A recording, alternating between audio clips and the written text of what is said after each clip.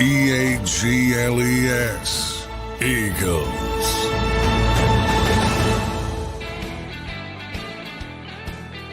Welcome in, everybody, to Thursday's edition of Birds 365 here on JAKIB Sports. I'm your host, Zander Krause, joined by John McMullen, my co-host. Give us a follow on X at Real Zander and at JF McMullen. If you're tuning in this morning, the number one thing you can do is help us by hitting that like button, leaving your thoughts below in the comments. We appreciate each and every one of you guys who are watching right now and consuming the show after the fact. Johnny Mac, how you doing on this Thursday morning, my man? Doing well. A little bit of a World Series hangover, but now we can focus 100% on football, as if we don't anyway on this show. But I can focus 100% on football. How's that, John? You've been watching baseball longer than me. Have you ever seen anything like that? I have never seen a 6-out inning at the highest level because of incompetence on defense. That was Little League defense. Drop fly ball in center field, simple throw to the third, hurried, couldn't make a simple throw. And then the pitcher not covering first base, thanking himself for getting out of the inning and basically patting himself on the back and forgets to cover first. I've never seen anything like it. And you deserve to lose when that happens. Think about that. 6-out inning. Again, you're given the best team in baseball by definition because the Dodgers won the World Series. 6 outs. Yeah, it's not going to go well. Yeah, and the 3 that you should have had became base runners, obviously. So yeah, not gonna go well. Not going to go well. Yeah, exactly right. Crazy to watch. I thought the Yankees had a chance. I mean, I thought they were going to win it. They came out hot. They came out of the gate. Garrett Cole was pitching a gem. He kind of did pitch a gem. He came out and pitched. He did, except for you kind of felt sorry for him until he didn't cover first base. Then it's like, well, then it's on you. You're still out of the inning, right? Even a Judge drops the fly ball. That's obviously bad luck for Garrett Cole. It's a simple out. That creates a domino effect. Anthony Volpe, bad throw to third. All of a sudden, the bases are loaded. You feel sorry for Cole. You're saying, oh, man, they're letting him down. And then he goes, strikeout, just monster pitching performance. And then he gets a guy, Mookie Betts, one of the best players in the game, easy grounder to first. And he just doesn't cover first. Yeah. And at that point, you go, all right, dude, you're out of it, and you're thanking yourself and wonderful job.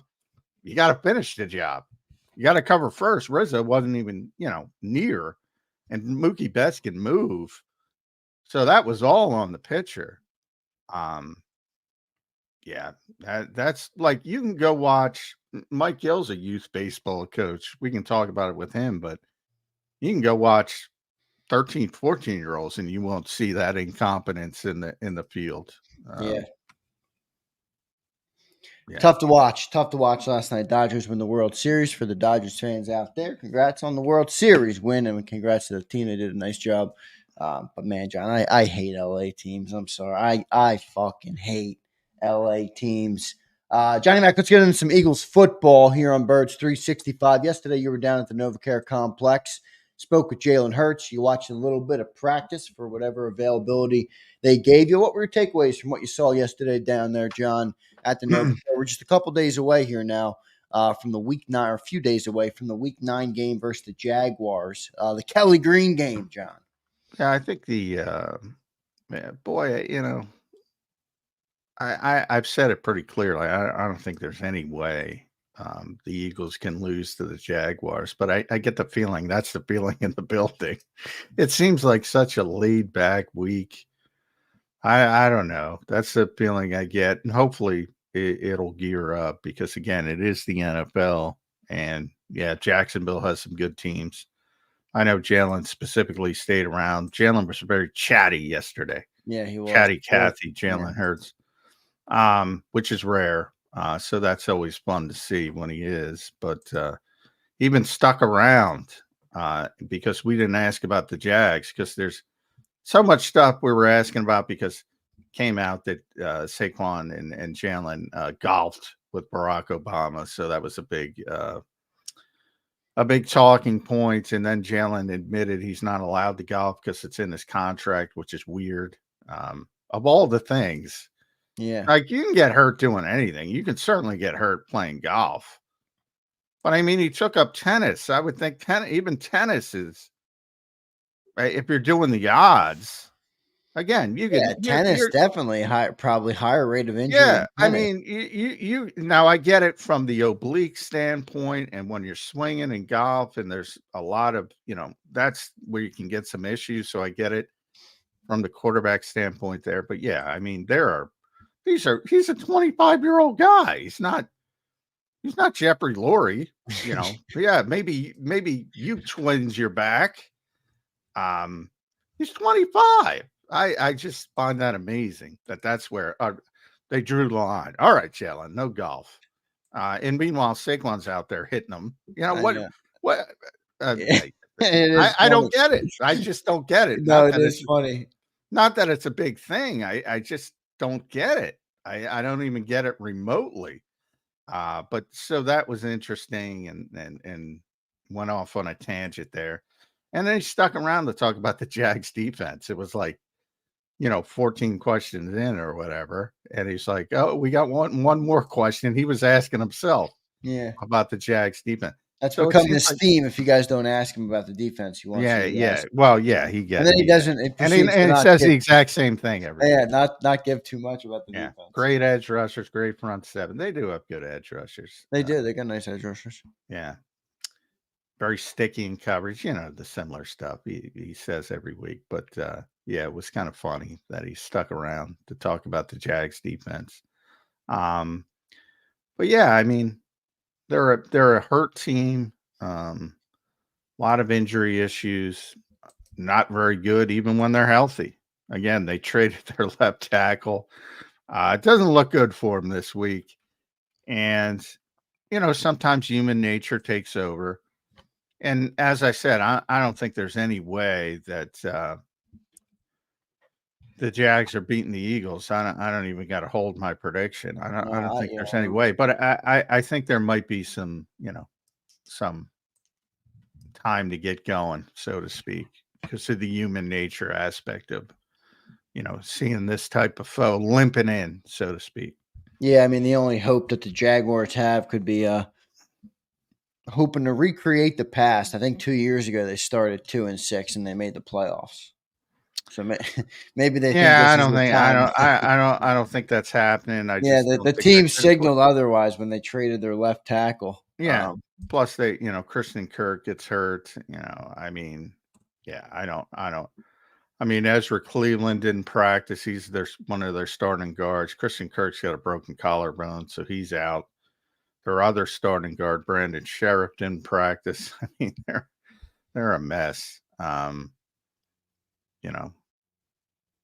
guess they're trying to push, Brian Davis and Gabe Davis a little bit. Brian Thomas, excuse me, who's been probably the best rookie receiver, at least production wise.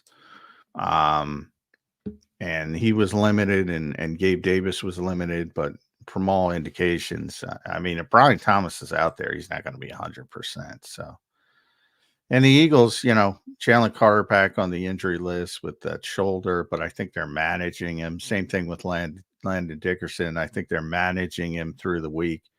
So the two key ones are Dallas Goedert, who didn't practice again. That's not a good sign. Did see him in the auditorium looking for his phone. He was looking for his phone pretty spryly, but they're going to be cautious with those hamstring issues. And Darius Slay, jumping on couches looking for the phone. But he was looking. He's looking on the floor. He's doing it pretty spryly. I like it. And Slay with a groin, that's not a good sign for this week. But you can make do with Isaiah Rodgers against a team with no Brian Thomas and Christian Kirk. So, I think the Eagles are healthier. The Eagles are better. The Jags have signaled something with that, as you mentioned, with that Cam Robinson trade. And yeah, poor Doug. That was another interesting thing. Nick Sirianni admitted Doug Peterson helped him, when he took over in Philadelphia. And then Doug was talking about it down in Jacksonville because he was asked about it because Nick said it, which is, interesting. He could have been bitter leaving, but he, gave Nick Sirianni advice, mainly to deal with us, he joked. But media people, boy, I really don't think we're that hard. I don't think you guys are that hard. I just, it's amazing to me. I mean, in fact, there are moments when I think you guys can be harder. Yeah, well, everybody says that. Depending when they're angry, everybody says that. When they're not angry, you guys are dicks. Yeah, so that depends on. Yeah, well, that's what media is for. I mean, what the hell? You want them to sit up there and give softballs and go watch the Eagles channel? I always say that. That's what the point of the media is. That's what I always say. I always say, people are like, people say that all the time. I mean, there's plenty of cheerleader shows. They're easy to find. That's all you want. I respect the people that want honest coverage. I think that's better. But that's society as a whole. I mean, let's be you're honest. right. It is. We know. Well, I don't think it's the on people on Birds 365. I think they come here every day because they know that you get information and you objectively cover the team. I hope so. That's my goal. Well, I think that's the reality. I don't think that's just a goal at this point. So I mean, we have a successful show for 4 years here, Johnny Mac. Yeah, a lot of people started shows because of this show. Yeah, that's very true. But anyway, so those were the two biggest stories, and obviously, golfing with Barack Obama is not exactly relevant to football, but that's a big deal, obviously. So everybody kind of cool. Yeah, I'm sure they did that at Marion, right? Yes. Yeah. Well, Saquon got to play. Jalen didn't get to play. He just had to. Jalen walked around. He was like the cart guy. He walked around making sure they all had their I guess he was flagging down the cart, the beer cart. Yeah, the cart girl. Yeah. Yeah, pretty funny stuff there. Good stuff, John. Any other takeaways from the practice yesterday? I know we saw Mekhi Becton was back. Do you expect him to play this weekend? Yeah, I do. He's gonna pass the concussion protocol today. Well, he did yesterday by going through that practice. So all indications is he will be back as the starting right guard this week. And Tyler Steen was still a starter because Landon Dickerson was sitting out. So Tyler Steen was playing left guard. But I do expect Landon to play as well. So I think Landon came out, was watching practice. They're just trying to manage him during the week to get him to the game. So I wouldn't be too overly concerned with him either. But unless Mekhi hit his head watching Birds 365, I think he's going to be fine. He's going to be back in the game. Unless he had a giant setback. And he was getting ready to talk to us, and they had to shut him down because he's not quite past the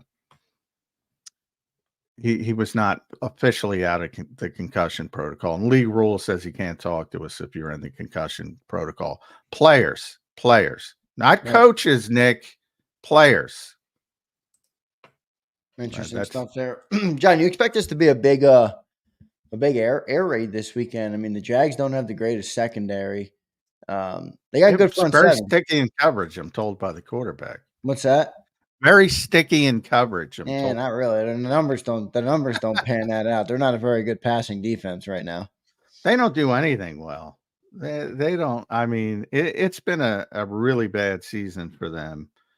But better offensively than defensively. They're way near the bottom of the league in defense, 29th overall, 31st in pass defense, as you mentioned, 29th in points per game, 25th in third down, 27th in fourth down, 28th in red zone.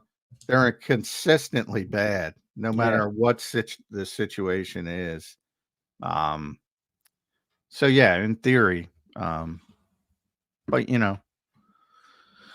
success takes what it takes. That's what I'm hanging on to this week because I thought that was a good quote by Nick Sirianni. So games have personalities, and you play to the personality of the game. So That doesn't mean if they're running the football well, they'll run the football. So for all the people worried about that, if they're throwing the football well, because it is a weak secondary, they'll throw the football. And that's what you want to be. You want to be well-rounded. Yep. And you want to be able to do different things, and you want to be able to win games in every fashion. Those are the best teams. No doubt about it. Able to win in any fashion. We'll see if the Eagles can do that this weekend. We got Mike Gill coming up next, everybody, on Birds 365.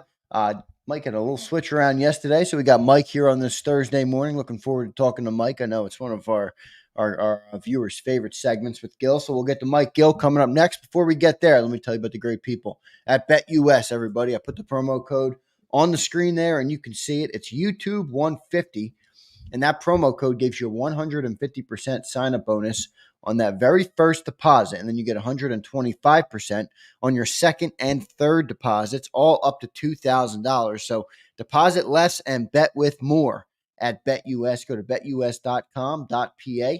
That's betus.com.pa. Use the promo code YouTube150. They have the fastest payouts in the industry, 24/7 customer support, and they'll even give you your own custom account manager. So big shout out to BetUS for sponsoring the 2-hour show today. We'll be back in 3 minutes, everybody, on Birds 365. If you missed any of today's show on the JAKIB Media channel, listen to the podcast on your way home. Available on YouTube, Apple, and Spotify. He's blocked well and tries to cut through the middle. Oh! Your gut says Miami is going to win, and you should take the over. Your gut also said your NFT selfies would only go up in value. They didn't. But your head is on Sports Grid and knows the QB is in concussion protocol. The backup has a 45 QBR against the zone coverage. The New York D has the most sacks in the league. So yeah, trust your head. It's smarter to be on Sports Grid.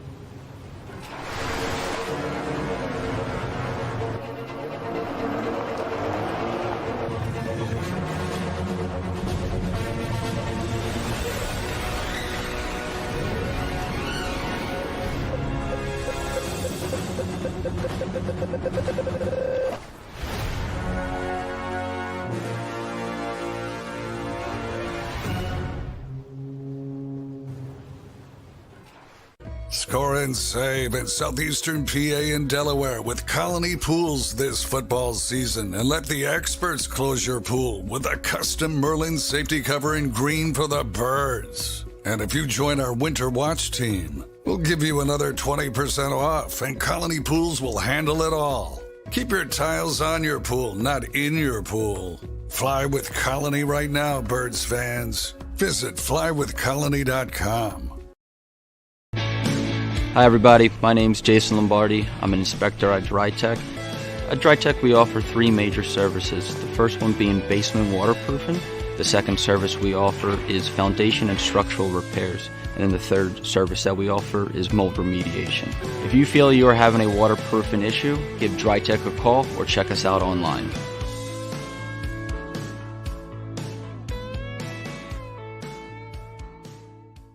Heading down the shore, have a ball once more.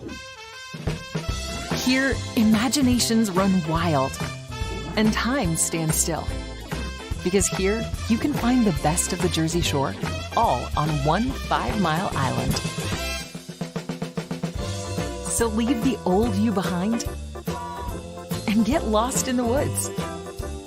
Wild, wild, wildwood day. Plan your stay in the Wildwoods today. EAGLES. Eagles.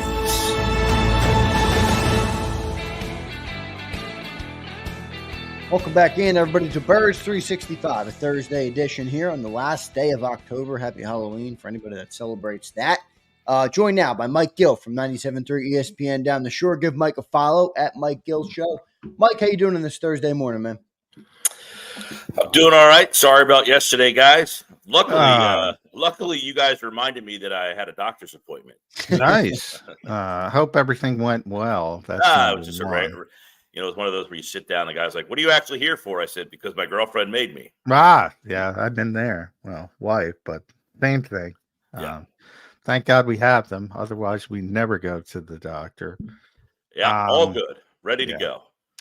I got to tap in before we get to the football stuff, Mike. I got to tap into your baseball knowledge. Now, what do you coach? How old are the kids? Well, like right now, last night I'm coaching varsity high school for the fall, but I generally coach like 13, 14, 15 age. So you got 13, 14, 15. How often do they give up 6 outs in an inning? 13-year-olds, a couple of times. The play last night where Cole doesn't cover first base. That's unbelievable. I mean, we go over that for ad nauseum about a half hour every single practice. So it's like, and I said to one of the kids last night, I go, dude, if you didn't cover first base on that, I would kill you. Like, like you're just like, but it's and that says, that might be, certainly one. But I think it's an interesting teaching point in terms of like what we always talk about with coaching. Like we blame the coaches so much, and I'm like, we go over that particular play for a half hour every day to the point like where you're bored at doing it because it's just so monotonous. But people want to blame the coaches all the time. And it's like, do you really think we didn't go over covering first base? Like, because you're saying like, well, that's on the coach that they didn't know to cover first base. Well, of course the coach that is went not, over. exactly. Right. Like, and these are all the things where like a guy goes off sides and you're like, the team's not disciplined. That's on the coach. You don't think we went over this in practice? Like, and that's one of the things that gets so frustrating, I think, when you hear people blame the coaches for all these things. And then someone who does coach, you're like, do you really think we didn't go over this in practice? Do you think we didn't go over this? And it's not like there's not a large sample size with Garrett Cole. He knows to cover first base. Yeah. I mean, this is something that every once in a while, like you just have a brain fart or whatever. Exactly. I mean, you just make mistakes. People are human. It's not always the coach's fault. What happened, Mike? He got screwed in that inning. Judge drops the fly ball. Volpe bad throw the third. So he's got 2 errors. So he's got bases loaded, nobody out. He goes strikeout, just awesome pitching. And he's out of the inning, and he just breathes a sigh of relief. He sees the ground ball to first, and he just forgot to cover first. And it was like, oh, I got out of this. And then all of a sudden, the Dodgers deserve credit for taking advantage. But 6 outs in the World Series for a Major League Baseball team. Baseball is a little different than football, where a play like that, you can almost feel the tension around the field. And that's what causes like in football, you get a penalty and like you just move on and the action there's not a momentum shift like that in a football play nearly as great as something like, we've seen it so many times in baseball. The Bartman play, what happened after the Bartman play, the drop fly ball, the guy doesn't cover first base, and then everything just intangibly falls apart afterwards. You don't see that as much in football, where one penalty, changes the dynamic of a whole series. Well, sometimes, but not quite like in baseball. Yeah, just crazy game last night. Awesome game last night. But congratulations to that. They deserve to win. They played a clean game. They played a clean series. Every game. Yeah, they were just fundamentally more sound. Think about this. The Dodgers won the World Series. They won 98 games. Ohtani didn't throw one pitch. Glasnow, who was their ace, didn't pitch at all in the playoffs. And most of the Ohtani got hurt and did nothing. Right. In the whole series. For whatever. So we talk about like they had more players lost to injury than any other team in baseball and persevered. I loved seeing, oh my gosh, it was my favorite part of the whole thing. Walker Buehler on 1 day's rest. Yeah. Oh my God. Oh my God. Yeah. His arm didn't fall off. That's a guy who missed 2 years because of arm problems and still had the, to get up on that mound after he threw 76 pitches on Monday, which isn't a huge workload, but 76 is still in today's world. Guys out of the game at 88 pitches. So I love that Walker Buehler shoved it to the analytic Well, world. And said, by the way, you as a coach should be thrilled. You should point to that series as, hey, fundamentals make a difference. Making the smart play, making the routine play. John, I was makes a having difference. that conversation with my girlfriend over coffee this morning. I Yeah, said, you there know, you go. I showed her the picture of the guy not covering first base and said, now I can use this video as a teaching point and say, look, Yeah. this guy makes $300 million and he made a bonehead move because he probably just, you know, that's why you got to be focused on every play. Yeah. But it's not always the coach's fault. No, it's not. Oh, Mike, let's get into there. some Philadelphia Eagles football. We have you on. I know it's Thursday, so we're preparing more now for the Jags. But what were your takeaways from that Bengals game? They kind of blew that team off the page, beat them 37-17, 27-7 in the second half. Pretty impressive performance all around. What were your quick takeaways or your overall takeaways from watching that game? So I'm going to go to one thing I've been saying about the Lions that impresses me about them is they physically beat you up. They just are a physical team. At the end of the day, you're like, man, they just kicked the crap out of that team. And I was listening to, actually, I wasn't listening to the podcast. Josh, my producer, got the soundbite from Michael Lombardi, who on the GM Shuffle podcast said the Eagles were just physically dominated that team. The Bengals just did not fight back. And it was kind of music to my ears to hear that because, you know, you could be a good team. The Bengals have good talent, but they're not a tough team. And I thought the Eagles physically beat them down in the second half, just kind of imposed their will and said, no, you're not getting back in this game. You're not. And that to me is the kind of the sign of coming around to becoming a good team. Like, okay, they've had some wins and we haven't been all that impressed, but when you just physically beat up the Giants, okay, I need to see more. In the second half of that game, I really think they just said, we're going to beat you down and you're not coming back. And that was the first sign you felt pretty good about the way they won a game. Since going back to last year, I said, I don't remember a game last year. I guess the Miami game last year, they really beat up on Miami. And that was very early in the season. People, but Miami was the most recent one that I can, you know, the game against Buffalo, they won in overtime, but I wouldn't say they physically beat that team up. It was just a back and forth.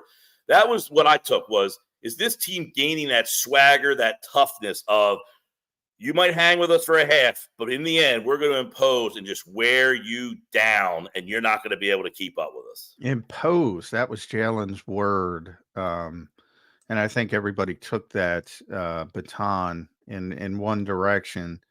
And Nick talked about it as well. He was talking about Jack Stoll, ironically, as a pass protector, holding up on the deep shots, you know, against an edge rusher. So there's a lot of ways you can impose, like the Detroit Lions can do you in so many different ways. But to the Lions' point, John, what happens too is it's like you're holding up, and they just have too many weapons. It's like, I can't keep holding up against Smith. I can't keep holding up against Brown. And this is what happens when the offense works. It's that you run, you bound them, you tired them out. And then when they're tired, I got Smith, I got Brown. Okay, we're going to take Brown out. And that was a perfect game. One guy had 6 catches for 85. One guy had 5 catches for 84. You know, it was, you're going to take him? We'll go here. You're going to take, and you're right. Jack Stoll double teaming in the middle. They had 6-7 guys protecting. So Jalen Hurts, it's not like he was, hey, 1, 2, 3, bang, 1, 2, 3, bang. He was holding and looking, but he was getting the protection. And because the defense, I think, was kind of worn out, he was able to let the plays materialize and process it and find guys. And yes, Sunday was a day where he was like, okay, this is where we are, and it looks like it can keep growing and getting better. Yeah, I agree with that. Max protection is interesting. That's something the Eagles can do, should do, and don't do enough. And I think that is where they might do a little bit more, because you're talking about the quarterback likes to hold the football anyway.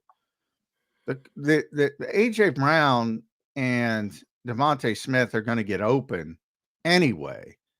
So this has been a very spread team, send a lot of receivers out. They don't need to be that when you have A.J. Brown, Devontae Smith. And then when you get Dallas back eventually, whenever that might be, but even Grant Calcaterra is showing up a little bit. You could send out 2-3 receivers and make those big plays down the field. As long as you max protect and let things develop as And, they and what did you on that saw, play. John, was you didn't have Jalen getting out of there. Like he wasn't taking the snap, looking down the field, and then all of a sudden getting out. He was able to kind of sit in there. And I don't know if that's a recipe for long term, like just standing there for 4 seconds. But normally, soon as the first sign of something comes, he's busting out to his left, and the play's pretty much over. You didn't see a lot of that on Sunday. He was able to kind of have trust in the protection, and you mentioned they max protect it and gave him extra bodies in there. And it'll be interesting to see what happens when Goddard comes back. Does Calcaterra get those snaps? Does Stoll get snaps? If you take Stoll out of the game, Goddard's a good blocker, but you want him in the pass game as well. So that'll be an interesting dynamic because it seems like they've got a little thing going with these two tight ends right now. Yeah, they certainly do. Now, Zander brought this one to my attention, and I got my third concussion of the week. Not Zander's fault, Baldy's fault. Ryan Baldinger pointed out highest run percentage teams through 8 weeks in the NFL. Number 1 is your Philadelphia Eagles, who are 5-2. Number 2, Pittsburgh, 6-2. Number 3, Ravens, 5-3. Number 4, the Lions, 6-1. Number 5, the Commanders, 6-2. And then Buffalo, Kansas City, the Chargers, Green Bay, Minnesota, San Francisco are all next. Pretty successful group as a whole. And he asked, is this still a passing league? And my retort was Occam's razor. This happens every year. For those who don't know what Occam's razor means, it's a principle of logic that suggests that the simplest explanation is usually the right one 95% of the time. When you're successful and you're winning, you close the game out by running the football, and your percentage of running the football goes up. So you can go back in history, and the top teams run the ball the most because they're winning late in the game. Why do we have this discussion every single year, Mike Gill? It's a good question, man. I don't know how. It's like the whole people who say the NFL is so week to week and then try to make instant generalizations after the game is over to say, blah, blah, blah, blah. Well, the league's week to week. That game's over. You move on to the next one. People know it's a week to week league, yet still want to. It's like everything. Everybody wants to be right.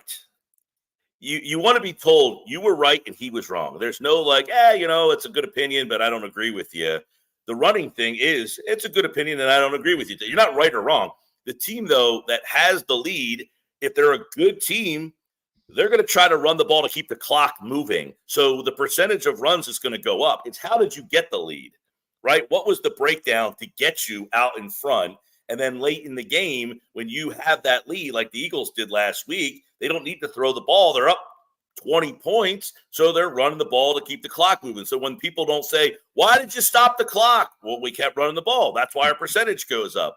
So are the Eagles – now, they ran 39 times last week. The week before, I don't remember the amount of runs, but they had 14 passes 2 weeks ago and 20 last week. So they've only thrown the ball 34 times in 2 weeks. That's pretty unbelievable in today's game. But is it a passing league anymore? I think it's getting less and less reliant on being a passing team. I do think teams are more willing to run the ball because of what we talked about a couple of weeks ago. These defenses they made the adjustments to these spread offenses. So they went with smaller, quicker linebackers. So these teams are saying, okay, you got smaller, quicker linebackers. I'll run outside zone and I'll run right at you and make those linebackers make tackles. So I do think teams are more willing to run the ball than maybe they were 3 or 4 years ago, where these spread offenses were the whole thing and defenses were having problems with them. Yeah, no doubt. I mean, and I think that's the natural progression, right? The pendulum would swing back where the league turns into a passing league. Defenses adjust with concepts and personnel. And now the natural adjustment by the offense is to go back to running. I think John brings up a good point. a lot of them probably are closing out games, but you'd have to look at the numbers. I mean, the Detroit Lions are running in the first quarter at a high rate. Now they're a different team, but it'd be interesting to see, how this all plays out. I do think there's a little bit more of an emphasis on the running game across the NFL right now as a whole, for sure. Yeah, absolutely. And I think a lot of it goes to the personnel on the defensive side of the ball. Now, some of these defenses have these mammoth, defensive tackles, that they're using as space eaters that take up 2 and 3 blockers.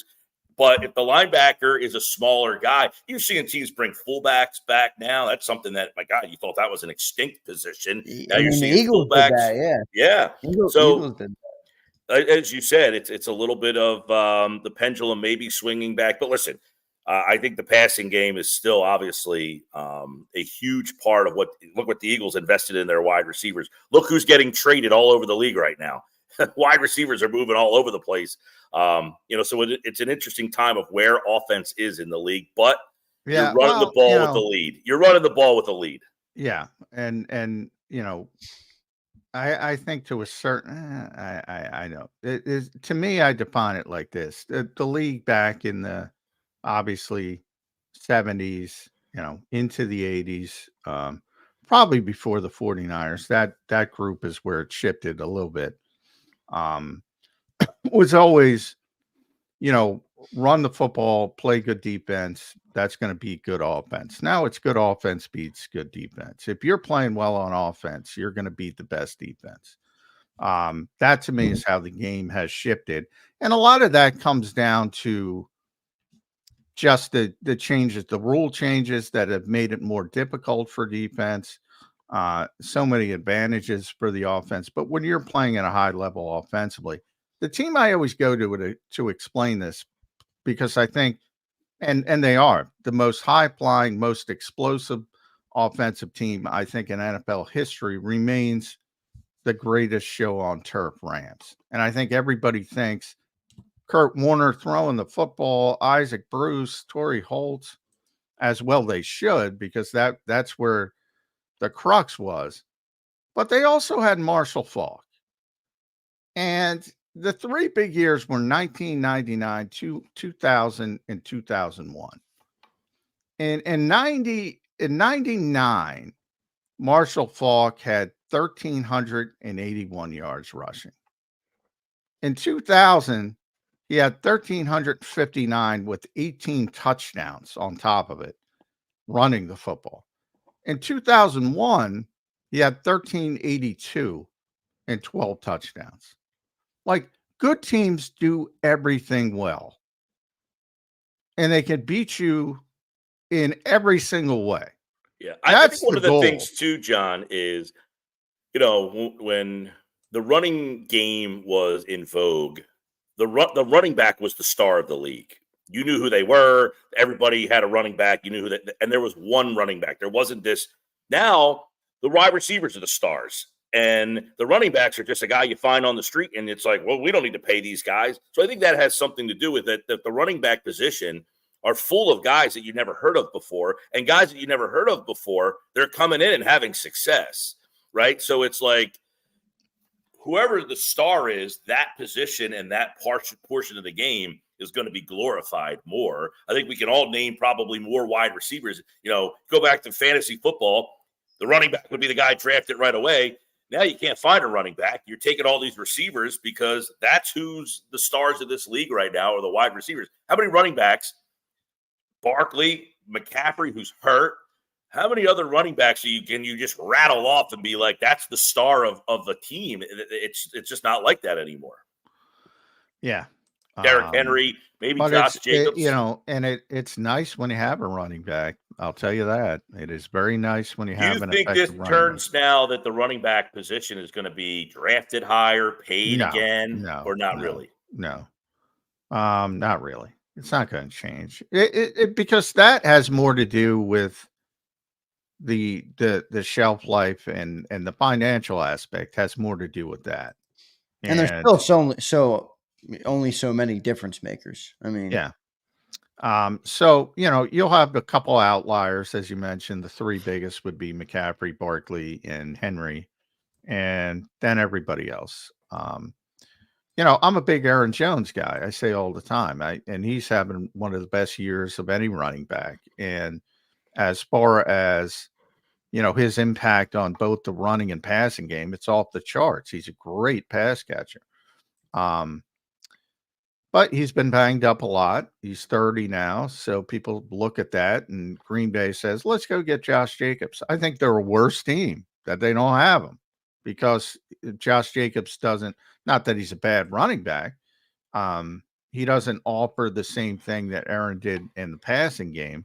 And Aaron's still a very good running back, but he is healthier. He is more durable, all that kind of stuff. So it's often a difficult conversation. And with the Eagles, Jalen Hurts had an interesting press conference yesterday because he was kind of chatty, Mike, which is not often the case with Jalen. And he got asked early on about the changes in the offense, and he looked at, and it was Jeff McMullen, and he looked at Jeff and he said, "What do you mean?" Almost like, What are you talking about? And then Jeff explained under center, more motion, blah, blah, blah, all that kind of stuff. And, I followed up with Jalen. The next question I followed up, I said, when you hear that, what do you think? That people think the offense has changed? And he gave a pretty good answer, at least as good as Jalen will give. And he's basically talking about the vision of the team, more importantly than that kind of stuff, play action, running the ball more, motion, whatever you want to say. He's talking about the vision of the team and the changing of the players.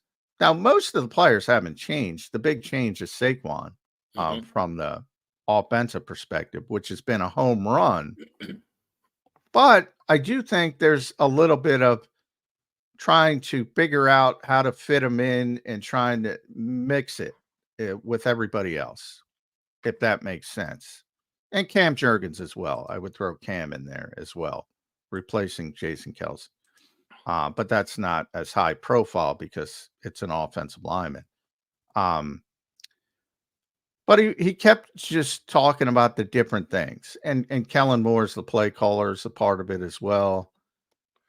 But that's why I feel like this thing was, it was, now the injuries, I think, have muddled the waters here, right? Like, because of the injuries, you played games without AJ, you played a game without AJ and Devontae, played a game without Smith. Now, Lane, now you're playing games without Mailata, but that's gone okay. But there has been so many injuries, and you're wondering, like, how's that affected what they want to be and what they want to do? Because that's the one thing, other than the coordinator, most of the guys are the same. You would think that Jalen has this great chemistry with his guy, and then Barkley's new. So how does that kind of divert the chemistry of the entire offense when you have him? Is there a timing thing, a timing element, getting the feel of where he likes the ball in the yard? Like, that's where this whole thing kind of gets a little odd, where the injuries have kind of, and then I think I brought this up to you the other night. The Rams are just clunking along. I mean, they're not terrible, but they actually weren't very good. But they get their two receivers back, and you wouldn't think they missed a beat. Like, you wouldn't even have realized that Nakua hadn't played since week 1 and Cooper Kupp hadn't played for a couple of weeks. And you're like, they didn't seem to have any rust or any problems because they have a chemistry. And you're like, how come our guys don't feel like that? And is it because the coordinator changed, the plays changed, the terminology changed? I don't know. I think that's a pretty interesting answer to where he's gotten to what are we in week 9 now? Yeah. Well, I want to read you guys the quote that I found the most interesting. He said, when you're capable of doing so many different things, you deal with trying to do it all, as opposed to when you can root yourself in something, then adjust when you need to adjust. I think that's the navigation for us. What do you guys make of that? When you can do it all, you deal with trying to do it all. Mm-hmm. Yeah, you try to, it's like you're trying to do too many things at one time to serve everybody, and you can't. Some weeks it's 1 week. It's like The jack of all trades, master of none. Right. Yeah. Last year, the first game of the year, I remember like A.J. Brown had like 10 catches and Devontae Smith had like 0. And people are like, oh, is this going to be the way it's going to be? And it's like, it's 1 week, it's one game. And I feel like that goes back to, we know it's a week-to-week league, yet we want the finished product every week. We want your best finished product this week and then again next week. And it's like, well, the product's going to change each and every week. It's going to look different because of the opponent and what they're taking away and what they were going to try to do. And the Eagles, I think maybe Jalen's answer is saying we're coming to terms with we can't do the same thing all the time. We can't serve this guy or that guy. We got to try to figure out a way to do it all. And, you know, hopefully they have kind of made that turn in the tweaks. And as each week goes on, Now teams are going to start adjusting to you. They're watching more tape of you and seeing what you do. So that's why it's a week-to-week chess match. It's a very – they're lucky that they have the amount of weapons they have, put it that way. Some teams only have one guy they can really go to. Yeah. Well, Mike, have you seen enough in the last 3 weeks to start to get the sense that this team is kind of returning to – the elite form that they were in before they fell off last year? I mean, if you think about it, they had a really bad 7-week stretch at the end of the year last year. Started off kind of shaky the first 4 weeks this year. It was 11 straight weeks of kind of ugly football, coming off a year and a half where you went like 27-4, whatever it was in the time. Have you seen enough in the last couple of weeks to think that this team can kind of get back to that form?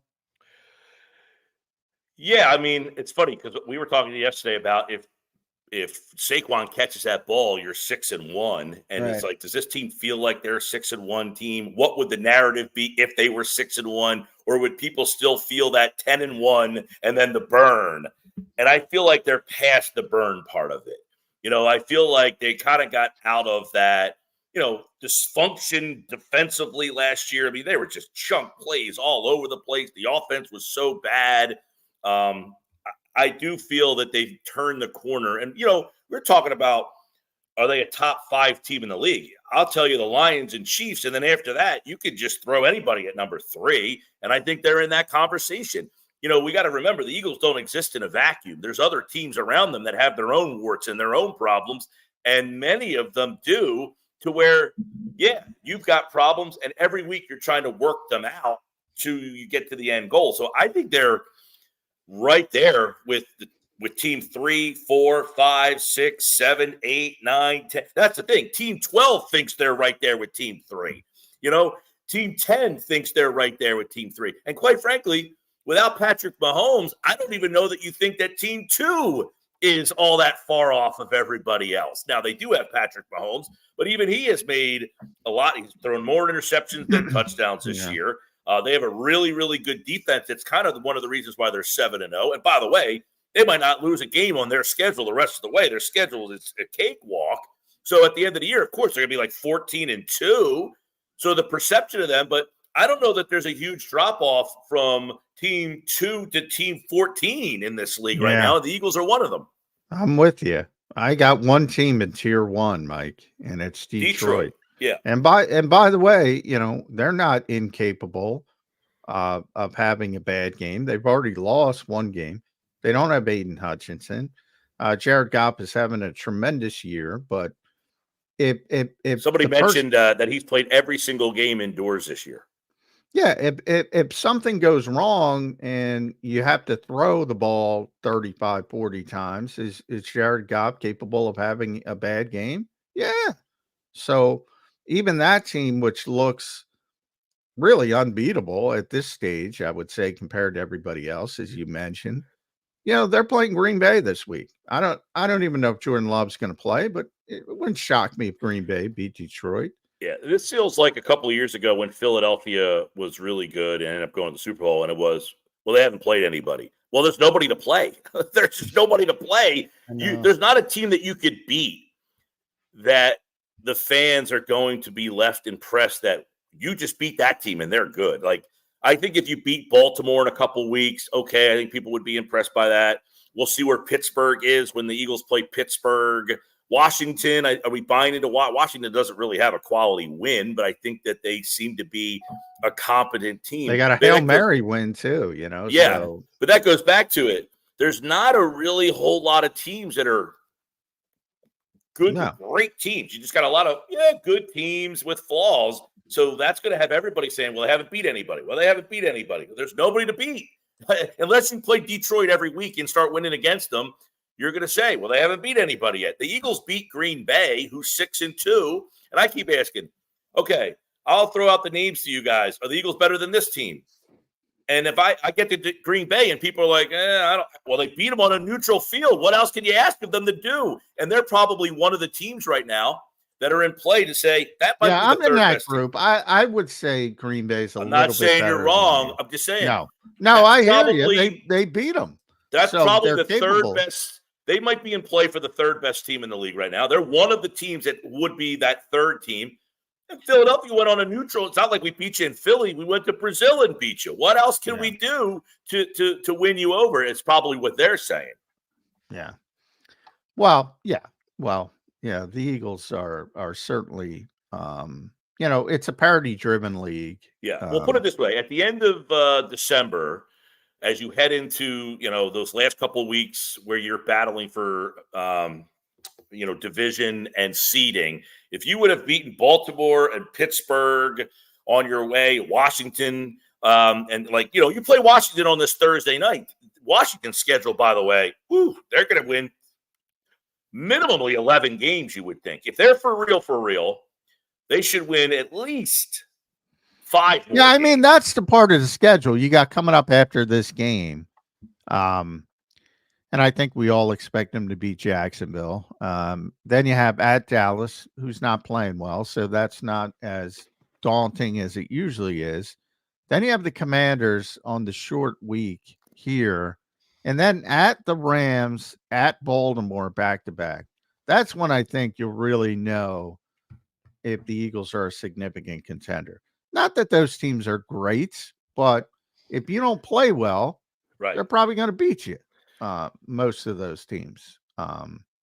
So I think that stretch will tell you a lot about this team. I really believe that. Now, where are you guys on Washington? You guys sold on them? In what way? Before the season, I Just said if they're a legitimate contender. I think they're a legitimate playoff team, playoff level. Yeah, team. before the season, my thing on Washington was I liked the roster. Not a Super Bowl roster, but I felt, when you're always looking for the team to go from worst to first, okay? They were one of the teams. I said, if Jaden Daniels can make the impact that Stroud made for Houston, in other words, he comes into the league and he can actually play, be a reason why you're winning games, then I like what Washington has. Their quarterback has been a disaster. Their offensive line has been a disaster over the last couple of years. Now, their defense isn't great. Right now, their defense is not very good. Offensively, I do think they're pretty solid, but their schedule is going to allow them to win 11, 12, 13 games. I mean, you look at their schedule, man, there is not very many games on that schedule where you're like, they're going to lose that game if they're for real. And I think they're good enough to win at this time. I said yesterday, I think they got at least 5 more wins in them, so you got to take them seriously. You think we split with them?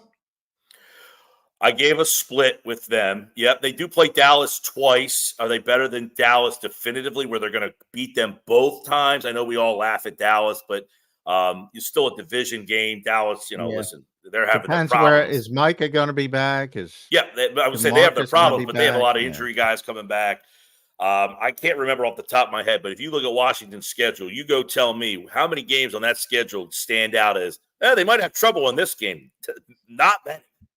So I think they're in it, whether we think they're like, there's a difference between wild card good and Super Bowl good. Yeah, they're wild card good. I think they're wild card good. I agree with you there, but they're wild card good. And I think they're going to be around all year. The Eagles are going to have to deal with that. Will probably decide the division, those 2 games. They're going to be around all year. Washington for sure is going to be around, unless they have a major injury that and they play the second game is I got the schedule right here. So They play on a Thursday night. Yeah, in no, like but 3 that's weeks. the first game, Thursday, Yeah. November 14th. So that's coming up. It's Jacksonville at Dallas, then the Thursday night game against Washington. So that's going to be a big one. And then December 22nd, so week 16, late in the season, they close at Washington, then Dallas and the Giants at home. Yeah, so they play those are the 2 3 games. NFC East games back to back to back at the end of the year. And those are the 2 games that I think will decide the NFC East. Those 2 Washington games. Yeah, it's just like Dallas in most years. The 2 games with Dallas are now it's Washington because Dallas, and Dallas losing that game to San Francisco keeps San Francisco. That NFC West is Arizona's in first place, by the way. That NFC West is wide open. Everybody's right around middle. Right, I mean, there's a bunch of Arizona is 4-4, and they are first place by San Francisco is going to win that division, and that's going to be a pain in the ass for people late if they start figuring it out. Yeah, and San Francisco will be, and San Francisco wins that division, and it will likely be a 4 seed. So that's going to really jumble up the playoff mix when you got to play them as a 4 seed as opposed to somebody, the teams in the middle of that wild card bunch are going to get stuck playing San Francisco. So that is going to definitely change the dynamics of the NFC race. The NFC race right now, you try to pick out the 3 wild card teams. I mean, it's either Philly or Washington, you would think. Green Bay, Minnesota, Detroit. I mean, Detroit we all like, but that's not to say that if somebody beats them and they have to fall to a wild card. You could have wild card Detroit and San Francisco in the middle of that wild card, 4-5. In the middle there, that would be so the NFC race. Yeah, the NFC's a lot deeper than the AFC. A lot deeper. Yeah, and I think Atlanta. I liked Atlanta at the beginning of the year. I picked them to win the South, and I liked that team because that was a team that just had a horrible quarterback play last year. Horrible, and they got a guy who I know we don't love, but the guy's fine. Is he Super Bowl good? Probably not. But that team is going to probably win. I've been saying it for years. Kirk Cousins, most underrated quarterback in football. Right, and that team is probably going to win 11 or 12 games, Atlanta, now. Yeah, they're 5-3. I think they're in control in that in the South, obviously, with the Buccaneers injuries. So they're going to be in there too. Player of the week. Just think about, we're here on Halloween, 2 weeks from now when we reconvene, how different this league will look. I mean, think about the first 2 weeks of the season. The Saints scored 91 points. That offense looked like it was unstoppable. They were 2-0, and you're like, wow, this team's for real. Now they are 2-6. They scored 91 points the first 2 weeks. They have 98 points since.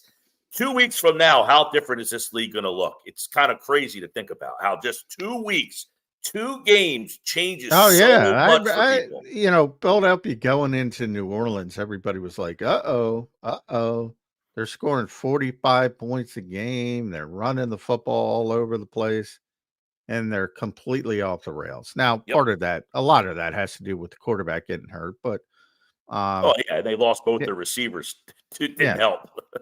But, they were relatively healthy, and the Eagles were able to shut them down. A lot of good for the Eagles. They're going to win this week at Mike Gill Show. Make sure you follow Mike on X. Sports Bash every day, 2 to 6, 97.3. If you're local in South Jersey, make sure you tune in there. I'll be on later. We have some scheduling issues. Vic Fangio, I blame. And the NFLPA. I know they're. I'm explaining to my listeners because I get the text messages right around 3:00. Where's John? Where's John? Fangio's really messed with us. Monday, the press conference day after is at 3:15. That's messed with us. Yeah, I mean, Jalen was speaking yesterday at what, like 5:00? Oh yeah, it's brutal. It is brutal. It's really it's been a different dynamic. You get these emails from the Eagles about their schedule for the week, and you're like, okay, Monday they're doing this, but Tuesday they're going here, and Wednesday they're at this time. They changed the times. I mean, yesterday they practiced at 3. Today what are they back at noon today? 2:00, 2:05, I think. It's all over the place, and believe me, it changes, and we usually get about 2 hours notice when it changes, if that. It's been it's been an interesting, like I say, the listeners are trained, man. They know what time they're getting their Johnny Mac. Well, I appreciate that, but at Mike John, Gill Show, this is a compliment to John. I mean, in on our show, he's been, how many years have we been talking? John in this market is like the Ray Didinger of our area. His word is gospel down here, right? He can say whatever. I believe it. We have many listeners here, Mike, that always comment. I've been listening to John since Mike Gill in 2018 and 2019, so I know how big that segment is. Yeah, so we look forward to it, and listen, you guys have a whole show based on this team, so it's nonstop, man, and it's great. It's awesome. I look forward to the second half of this season because to go back to the question, Zander, you asked, I do think they're turning the corner. I think their defense is growing. I think the offense is going to, Jason Kelsey had said and I don't listen to New Heights either, by the way. You think I listen to all these podcasts? No, my producer finds these bites for me, but he said on the New Heights podcast, that he really feels that the protection is coming around and that is allowing them to kind of, the offensive line protection has really been better the last couple of weeks. Yeah. So. And boy, I think they really fell into something because, they were concerned about Fred Johnson against Trey Hendrickson, as they should have been. That was their whole game plan. And that's why they max protected a lot more than they typically did. I think they might tap into that. Because, but man, listen, if you said it before, Smith and Brown can win by themselves. Yes. So you don't have to go 3 and 4 wide with this group of guys. You can keep the max protect in and go 12 personnel. And then if you want, slip a tight end out into the flat, delay, have them. I like to see them drag that tight end behind and, do like they did the other day, actually. Stoll came down, dragged on the backside, and he's in blocking the nose. And in the interior there, because they said, all right, we don't need to help Lane out. He's fine.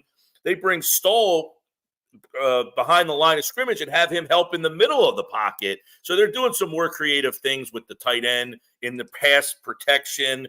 And you can win with your 2 receivers. You don't need to have 4 guys running crazy routes. Just let those 2 guys win and let them eat.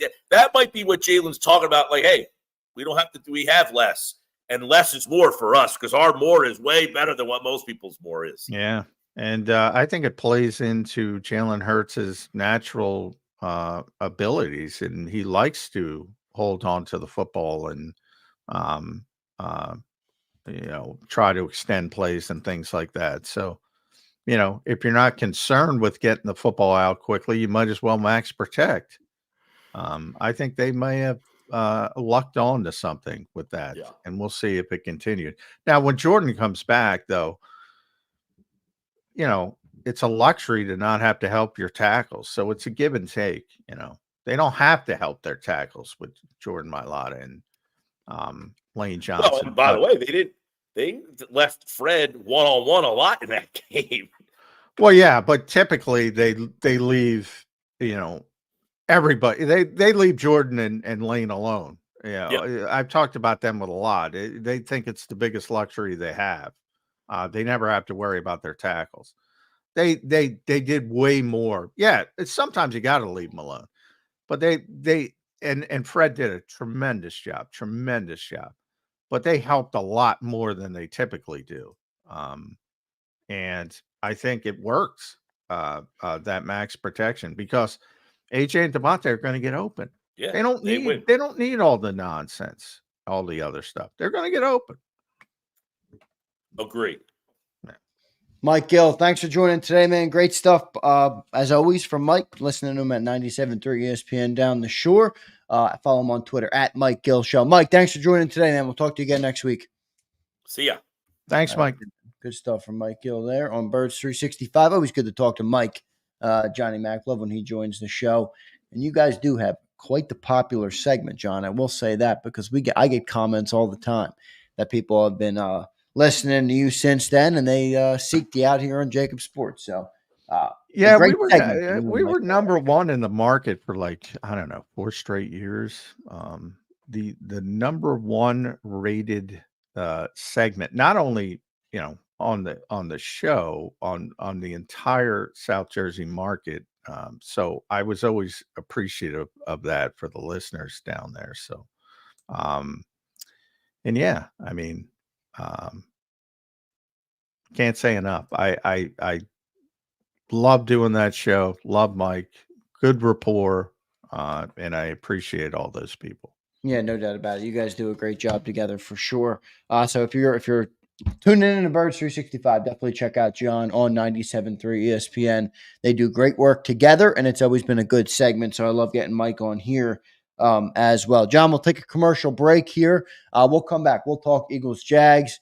We'll talk Jeffrey Lurie. Is he selling a stake in the team valued at what is it, $8 billion? $8 billion. Yes, he is. And yes, it doesn't matter. He's just No, it cashing doesn't, out. but it's worth He's mentioning. cashing out. The NFL allows it. He's gonna, he wants to buy some more yachts, take some more trips. I don't blame him. Yeah, no doubt about it. Let's get to our commercial break. Appreciate everybody being here this morning. We're lacking big on the like button, but we got over 400 on YouTube. Appreciate all of you guys. Hit that like button for us. And we'll be back in 3 minutes. Before I get to the break, let me tell you guys about the great people at BetUS, the newest sponsor of JAKIB Sports here for the football season. And we appreciate them for sponsoring the 2-hour show of Birds 365 today. Do us a favor and go and check them out. And you can see the promo code on your screen. It's YouTube 150. It gives you 150% sign-up bonus on your very first deposit, and you get 125% on your second and third deposits, all up to $2,000. So go check out BetUS today. It's betus.com.pa. That's betus.com.pa. We'll be back in 3 minutes, everybody, on Birds 365. If you missed any of today's show on the JAKIB Media channel, listen to the podcast on your way home. Available on YouTube, Apple, and Spotify. Blocked well and tries to cut through the middle. Oh! Your gut says Miami is going to win, and you should take the over. Your gut also said your NFT selfies would only go up in value. They didn't. But your head is on Sports Grid and knows the QB is in concussion protocol. The backup has a 45 QBR against the zone coverage. The New York D has the most sacks in the league. So yeah, trust your head. It's smarter to be on Sports Grid.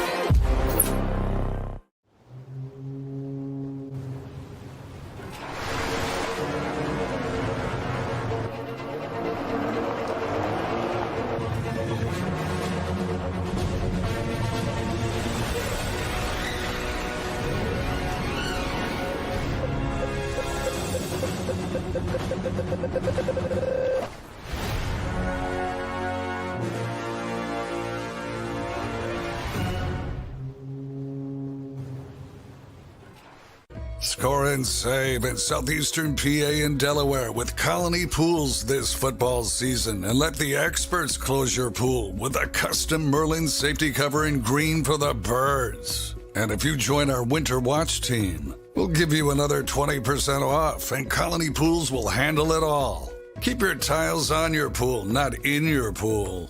Fly with Colony right now, Birds fans. Visit flywithcolony.com. Hi everybody, my name's Jason Lombardi. I'm an inspector at DryTech. At DryTech we offer three major services, the first one being basement waterproofing. The second service we offer is foundation and structural repairs. And then the third service that we offer is mold remediation. If you feel you are having a waterproofing issue, give DryTech a call or check us out online.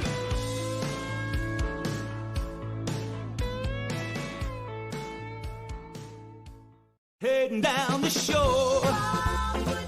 Have a ball once more. Here, imaginations run wild and time stands still. Because here, you can find the best of the Jersey Shore, all on one 5-mile island. So leave the old you behind and get lost in the woods. Wild, wild, wildwood days. Plan your stay in the Wildwoods today. EAGLES, Eagles.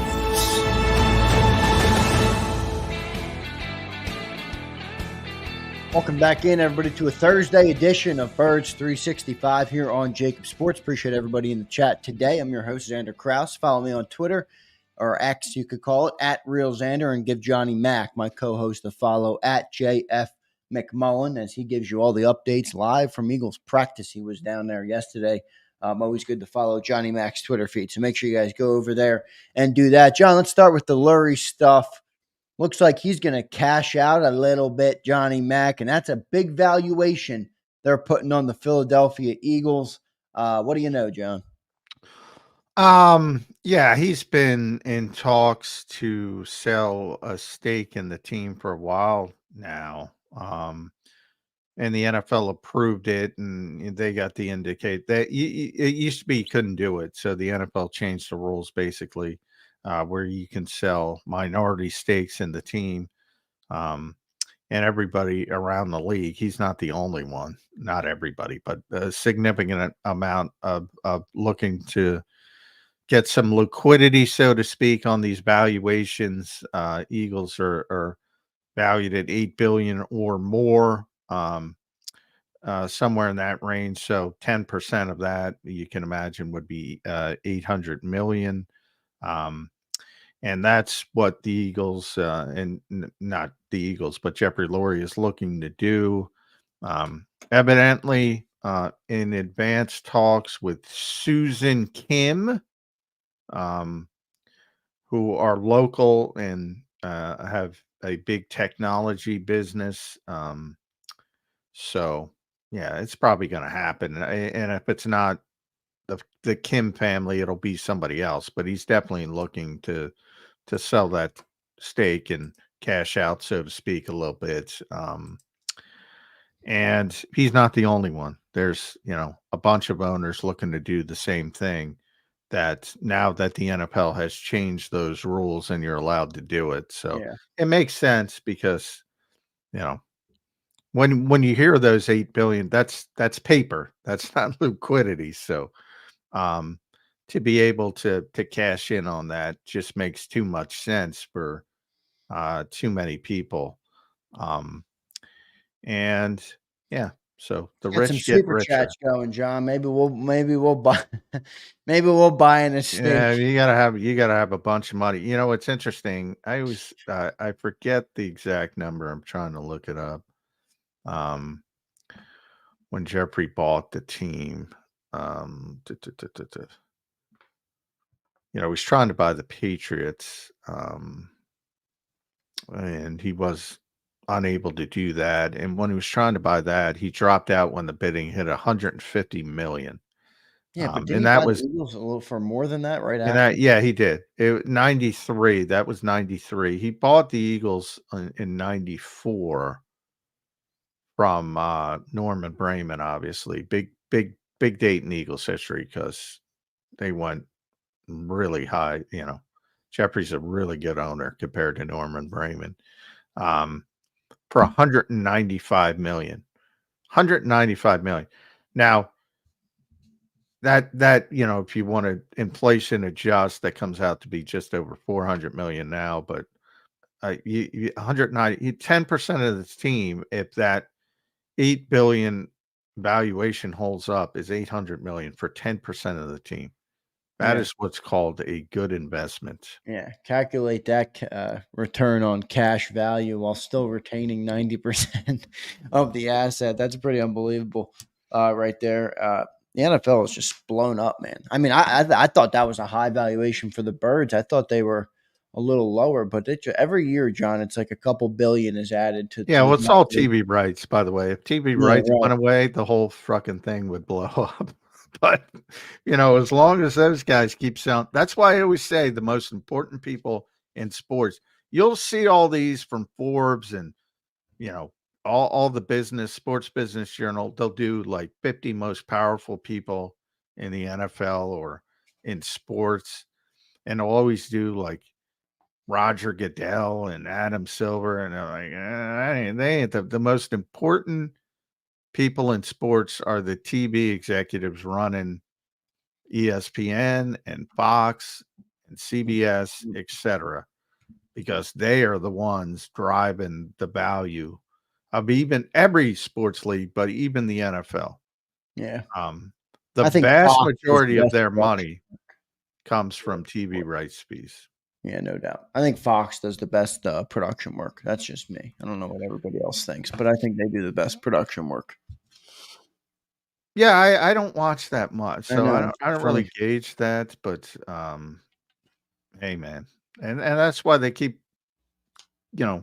Amazon's getting a Friday game and Thursday night game because they're paying. They're paying.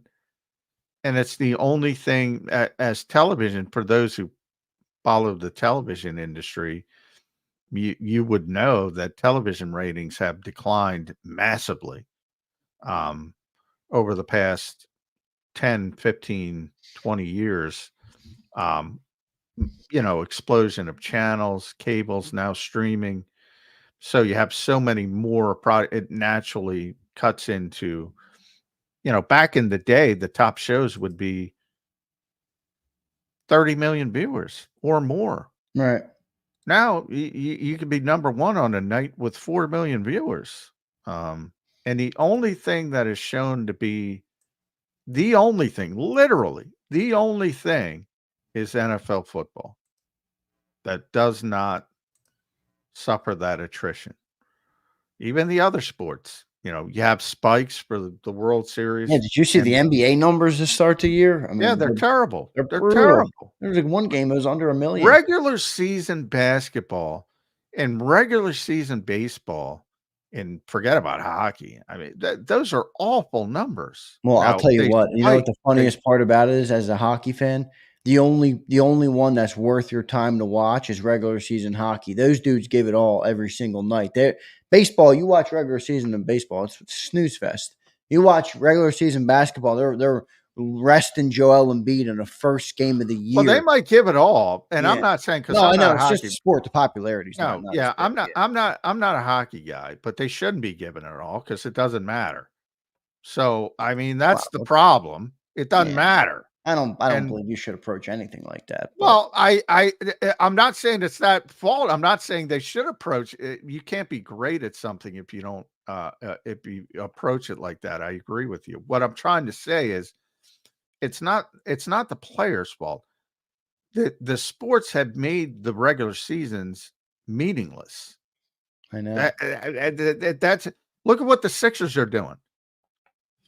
It's meaningless. It's why people pay for that. I have no why that is a business. Yeah, it's interesting. Like, what's the fix though, right? Like the NFL is so good at the regular season. Like everybody pays attention to the NFL regular season. Now it's easy to point to. There's only 17 of these things. There's 17 days out of 365 that you get a game. I mean, what's the fix though for the other sports?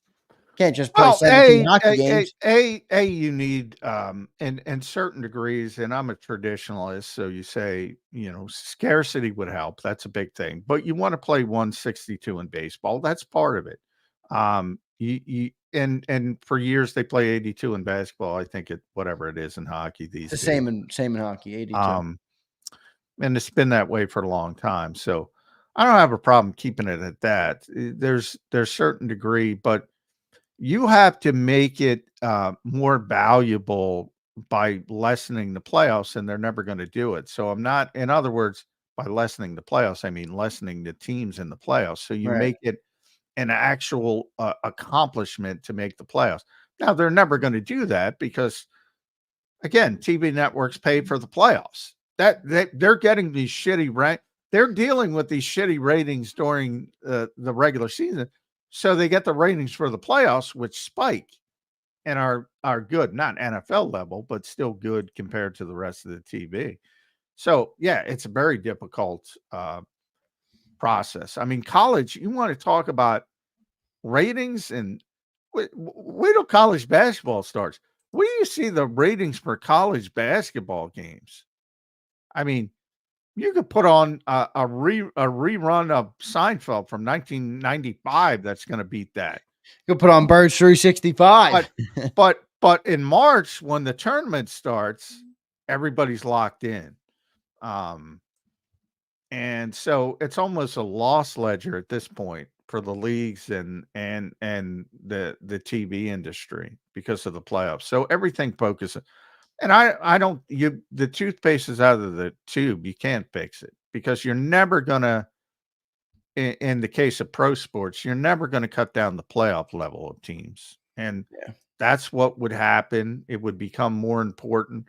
The regular season would become more relevant, but they're not going to do that. I always like the English Premier League relegation if you want to talk about teams at the bottom, like stopping what the Sixers did, relegation, I love that. I love that. Like if you suck, you're out and you got to fight your way back in. Right. I think that could solve that. But yeah, there's not enough open. Can you imagine the I Sixers? think the NBA is the biggest calamity, dude. I can't even I can't even watch an NBA game anymore. I don't even care for them. Yeah, and to be honest with everybody, I've even checked out on playoffs the last couple of years. I mean, I'll turn on the Sixers games, but like I am October baseball starts, John. I finish my work at night, and even sometimes I'm still working when I'm watching it. I watch every pitch. I absolutely love playoff baseball. I'm actually surprised the ratings for playoff baseball aren't higher. I think it's one of the best sporting events in the world is the World Series and the playoff baseball. But the NBA has become brutal to me. I don't know if everybody else feels the same way, but it's become brutal to me. Well, I'm a big basketball guy. I've always been a big basketball guy, but I don't like the way the sport has gone. But I don't like the way baseball's gone. I don't like the way football's gone. From an aesthetic standpoint, I think they've all ruined their games by the over reliance on. And I'm not going to blame analytics, but again, baseball, you got 80 pitchers. You don't have any. I don't like it. I don't like it. It's not part of the game. You have everybody worried about launch angle and batting average doesn't matter. I don't like it. There's plenty of things in baseball. Now I watched the World Series because I like one of the teams. Otherwise, I wouldn't watch it, to be honest. With the NBA, I'll watch the NBA finals no matter what. But yeah, I don't like 100 threes a game. That's not what basketball was or is, or should be. So, and football the same way, the dumbing down. I go to Tom Brady, talking about the quarterback position. Well, we don't have the time to teach him, so let's fucking dumb it down. And then I get everybody. It's so creative. It's so dumbed down. What you think is the most creative offense in football is not even 20% of what Bill Walsh did back in the day when they had time to prepare. That's why I kind of chuckle at everybody. Oh, you got to be more creative. No, you don't. You got to execute your bubble screens, and you're going to be fine. Oh shit! Yeah, no, it's true. It is interesting what's happened. Speaking of the TV executives, you said they're the most important people in sports. Well, John, we've had one of those right here on JAKIB Sports. We've had Sean McManus, who's the chairman of CBS. He is close with Big Sills, and Cilio had him on, I think, 2 or 3 times. And he's one of the dudes I think that's involved, obviously, in writing the big checks for the NFL. Yeah, those are the guys, man. Yeah, man. And if that ever, people think the NFL is bulletproof. If television rights fees for some reason went away, the other sports would be devastated, crippled. And the NFL would be scaled back dramatically. Do you think streaming is a threat to that? No, because streaming is paying now. Right. Amazon's paying. It doesn't matter who signs the check as long as somebody signs the check. Right. It doesn't matter. The only thing that, some people are concerned with is the fragmentation of the audience, because at some point, does Amazon wake up and say, or CBS, this isn't worth it? Because Amazon's not getting near the numbers that like Fox is getting on an NFL game. They wake up one morning and say, you know what, we can just do this at a lesser level, but there's no evidence. And when somebody does step away, like TNT, Warner Brothers stepped away from the NBA. They didn't want to pay the money that Amazon was offering. And this will be the last year, I believe, TNT, which has had it forever. Oh, good. So the NBA is going to get even worse. Lovely. Well, they're getting more money. I mean, that TNT show, John, is the best sports show on, man. Yeah, well, I'm Barkley not. and I'm. Shaq. I love Chuck. I know, but I that's love all part of like the viewing experience for viewers, John. It is. I mean, Oh, and no, when I you agree with you. yeah, I'm I just mean, and saying when you get that personally, show, and now I they're going to get agree rid with of you. that I show, I'm like, personally, the I would NBA is gone. rather. I don't want to be dramatic, but I would rather shoot myself in the face than watch a pregame show of anything. Like I specifically Not the JAKIB pregame avoid show. them. No, not the JAKIB pregame show. I shouldn't say that. I'm saying other. I'm saying TV pregame shows. I would rather do anything than watch any of them because they don't have any analysis. It's all fluff. It's all you know. Yeah, it's All spectacle. bullshit. Yeah, Um, it's entertainment. It's there's nothing of value there. We give you information. There's nothing of value there. But I get it's part of it for most people. I'm just talking personally. I find no value in it. But if the larger point is, as a whole, if that ever happened, even the NFL would be hurt. Even the NFL. But the NFL is the only one that holds up. Even when they report television ratings, it used to be back in the day. You could go for people old enough to remember the TV Guide. You could see TV ratings each week, and they would talk about total viewers. They don't even talk about that anymore. They talk about the top demographic because the total viewers aren't impressive. Say 2 million viewers. You talk about, hey, we got this many 18 to 35-year-olds, which are, the ones who are going to spend the disposable income. That's what they want. And more so a little bit older, but you get my point. And the NFL still does total viewers because they're the only ones where it's freaking impressive. And they're like, yeah, we'll brag about it. Well, it is They're damn impressive, no doubt yeah, about it. they're Yeah. the only ones who Let's still get into talk some, about total ratings. Yeah, crazy. Anyway, Jeffrey Lurie going to sell out some 10% of the Eagles and make some big bucks. John, let's get into the Eagles Jags, man. Before I do that, let me welcome in Philly Don. Thanks for becoming a member, man. I think you became a family member, which is a little bit of an upgraded membership. Thank you, man. That means a lot to us, and the support of the channel goes a long way. So thank you, Philly Don, for doing that. One super chat to get to from Brian Garner, John, before we get into this Eagles-Jags game coming up this Sunday. Brian Garner says, there are only a handful of players who are plug and play. Players who have to be in the right scheme. Huff is not in the right scheme. That's on Howie. He sent this during the Mike Gill segment. Brian, sorry I didn't see it. John, your response to Brian. Well, it's harder to plug and play in the NFL. Yeah, that's where we're with the trade deadline coming up. We've talked about that. People get excited about trade. It's really hard to plug and play in the NFL in general compared to other sports. But yeah, it doesn't look like a fit. As I said, I got a bunch of friends who cover the New York Jets, and they all think he can play, and everybody here doesn't think he can play. It's interesting. And yeah, they used him differently, and he was effective than the Eagles are using him. And now the Eagles have scaled back and made him more of that situational player. And maybe it'll click a little bit more in the second half of the season. That's your hope. But yeah, it hasn't been great. I I think that's fair to say. Although I do think it hasn't been terrible, but I do think that it hasn't been great, to say the least. Yeah, no doubt about it. Bryce Huff has not lived up to the expectation, John. Agree with that, right? Oh yeah, I thought he'd get double-digit sacks easy. Where do you think Howie is like right now mentally on Bryce Huff? Is he, is it still too early to wave the white flag? Is it, could Howie be thinking of adding an edge rusher because of the lack of production from Bryce Huff, or what?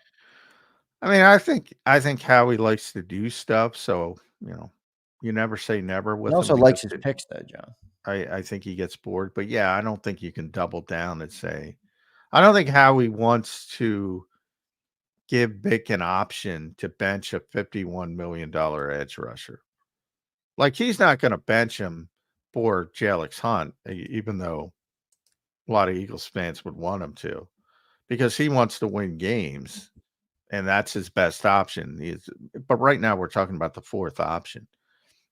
He's not going to bench a $51 million edge rusher unless he has an alternative.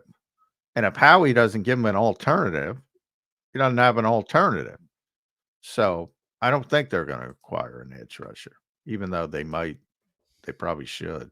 Yeah. I don't think they will either, especially because Howie likes his picks. And I don't know if he wants to make another Robert Quinn-esque move, someone to get that caliber that's kind of middle of the road. I don't know if they're going to do that, or an older player looking for rotation. Like, I don't see that this year. Maybe. We'll see what ends up happening. Let's go to one more super chat. Brandon Snyder checks in. How concerned are either of you with depth behind Saquon at running back as the season goes on? Johnny Mac? Well, he's one of those players you can't replace. So I think Kenny's a good football player, but you're going to take a dramatic hit if you lose Saquon Barkley. I mean, but where are you going to get? What do you want? I think Kenny Gainwell's fine as a backup, and if he had to play a lot, I think he would do fine behind this offensive line. But you're losing the presence, the impact. It's not going to be the same, and there's nothing you can do about it. It's like you can't replace AJ, you can't replace Lane, you can't replace Jalen Hurts, you can't replace Saquon Barkley. So, do you have? I think they have a capable backup, and I think that's all you want out of your backups. I think he can go in and persevere, and I think you're fine. And Will Shipley as well. I think you saw some juice. You see, on the touchdown that was called back, you kind of saw his abilities a little bit, and it should have been called back. By the way, that was a hold. But you could see his athleticism. So, yeah, I'm fine with their depth. How about the workload though for Saquon? Yeah, I mean, I'm concerned about it, but they're not. Their philosophy is they'll manage him during the week. They'll manage him by putting him out on the golf course. Yeah, he barely does anything in practice, evidently. And that's where their load management takes place in practice. And they're going to use them the way they need to use them to win a game, which, I agree with. And that's been Nick's philosophy since he got here. I go back to success takes what it takes. If they got to run it 40 times, they're going to run it 40 times, and he's going to run it the majority of those times. So, but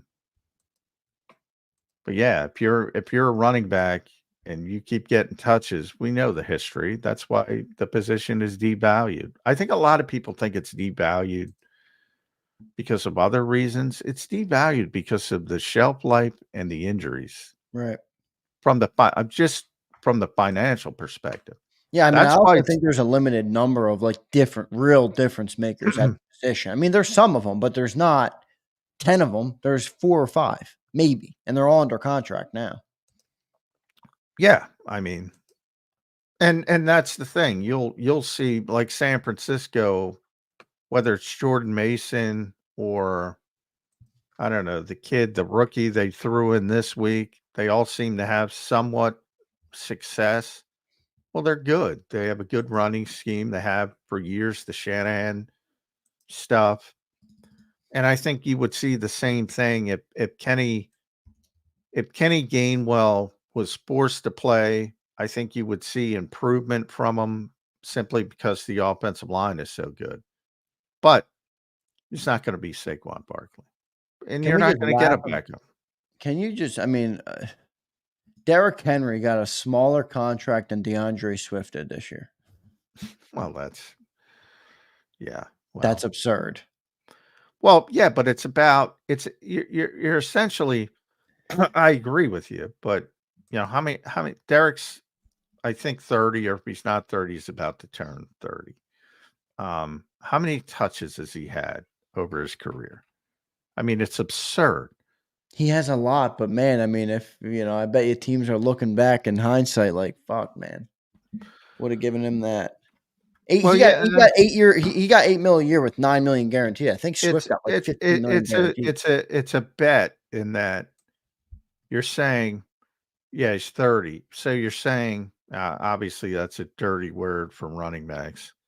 So you're looking at his time in Tennessee, 303 rushes, 378 rushes.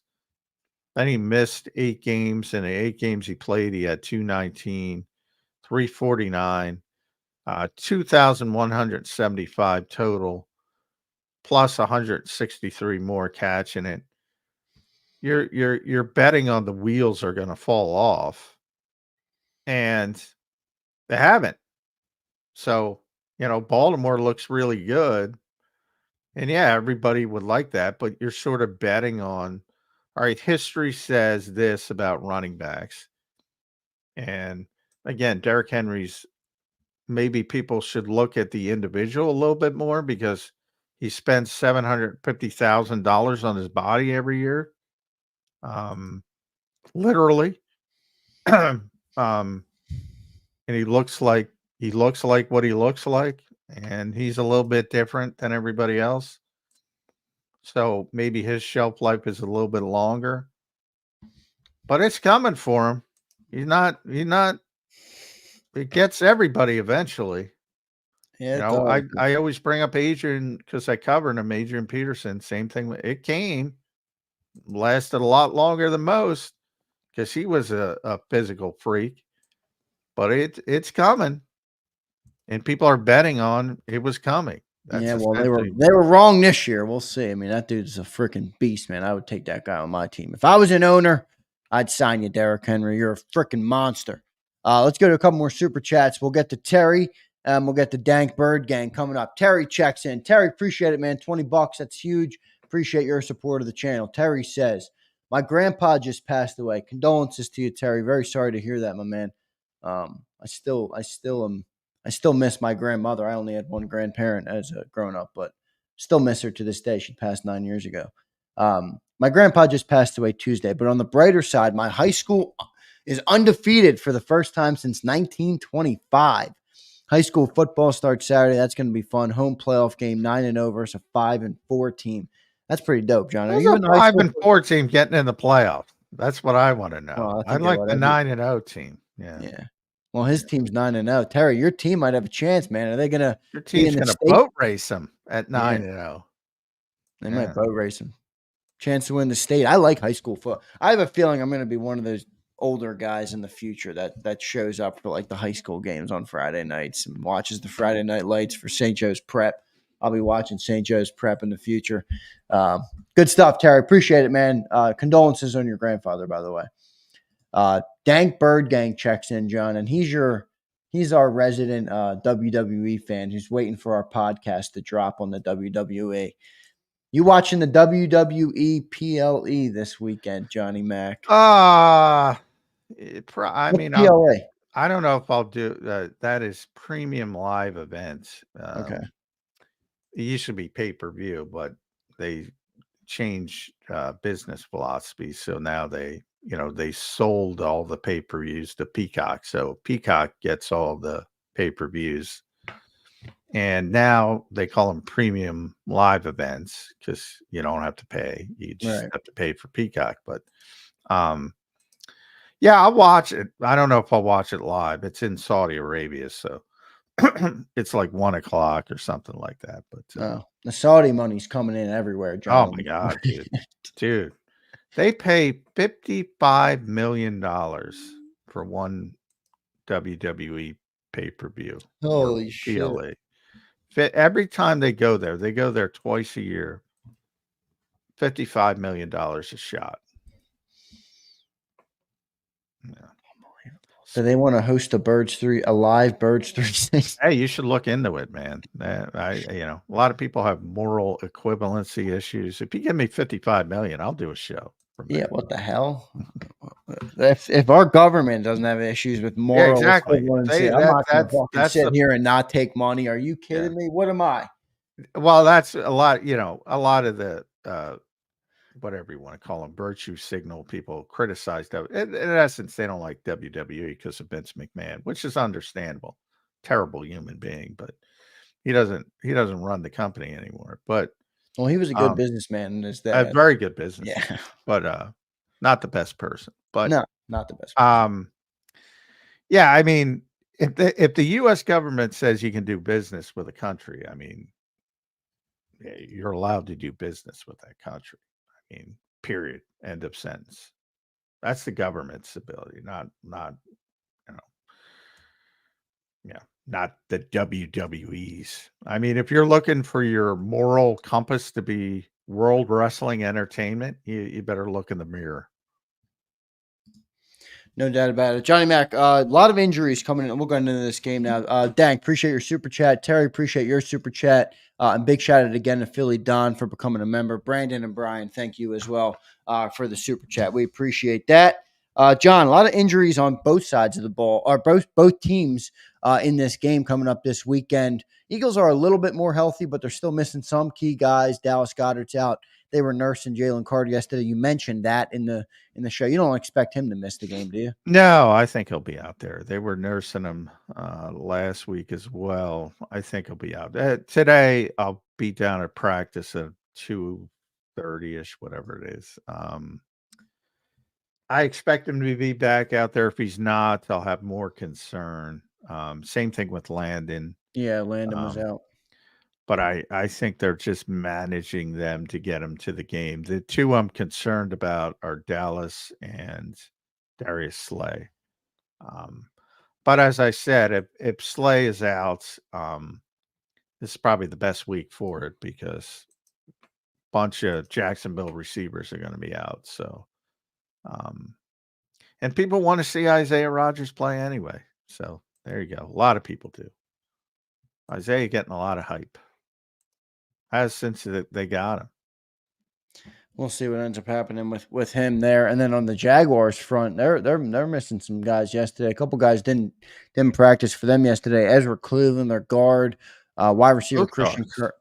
Brandon Sheriff too. Yeah, right. It's right. Brandon Sheriff didn't practice as well. So they're pretty banged up. And then we mentioned they traded. They're much more banged up than the Eagles. They traded their left tackle too. So are they waving the white flag? Like what do I make of that? I almost feel like the Jags don't give a shit anymore. They trade their left tackle away. You know, I get the circumstance with the contract and everything, but are they waving the white flag? A little bit.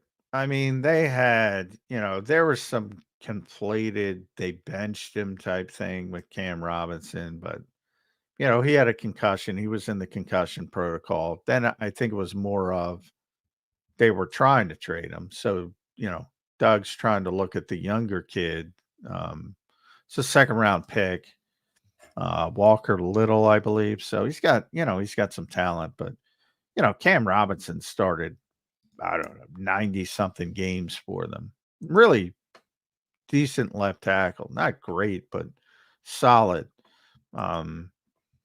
And, yeah, that's not a good sign that they're – now, part of it is, as you said, he makes a lot of money because he's left tackle who started 90 games. And they knew they're not bringing him back, so – if you can get something for him, you might as well move on. So that's the philosophy from the Jags front office, which makes sense. And they're able to get something. 5th round pick that could turn into a 4 if he plays the rest of the season. So it's not, that's something that's real. So it makes sense, but it's not going to help Doug Peterson. I'll tell you that. It's like the Jaguars. They're like the perpetually rebuilding team. Like they're never not in a rebuild. I don't know how many first overall picks that team can get before they actually. They should have been in the Super Bowl the one year when the Eagles went. That Jacksonville, was in control. They had the best defense in the NFL that year. Or was 1-2. Minnesota was good. The Eagles beat them in the championship game. Those two were 1-2. I forget. One was number 1 and the other was number 2. I forget which one was which, but they had a really good defense that year. Doug Marrone really screwed up the playoff game. They were a really good team that year, but yeah, it seems like they're always struggling. They did They have had that one pocket, though. What's that? They did have that one pocket of success. Yeah, they did. They did. So we'll see what ends up happening this weekend. John, what are your keys of victory here for Show the up. Eagles coming into this game? Show up. Show up. Get the Lincoln Financial Field. Get there early. Make Arrive sure you're there. safely, yeah. Put on your pads. I honestly, I'm going to be honest with you. I don't see any way they lose this game. I can see them not, dominating and playing down to their opponent. I could see a little bit of that for a couple quarters, even, into I don't even know if I quarter. see that. Well, that's what I'm saying. That's the worst case scenario. But I can't even fathom a way they lose this game other than turning it over 4 times, which, they seem to have fixed those issues. Yeah, I mean, they're gonna win the game. So, how you do it, Yeah, right. you can do it any way you want, basically. Yeah, no doubt about it. That was pretty funny when John said show up. Callie says show up is insane. I agree. Philly Don checks in. Member for 2 months now. I think he upgraded today, Philly. Appreciate it, bro.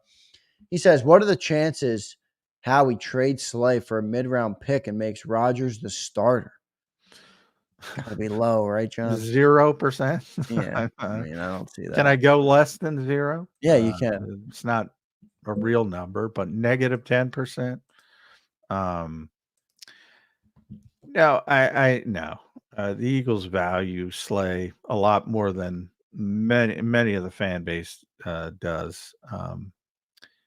I think this is a good week that if Slay's got to be out for a while, that's another thing. He's hurt right now, so that would, even if they were thinking about it, and they're not thinking about it. I mean, Slay has played pretty good football this year. Everybody, I don't. I don't. It's just because of the personality, I guess, at times. And the ironic thing, he's a tremendous guy behind the scenes, but he's very loud, very boisterous at times.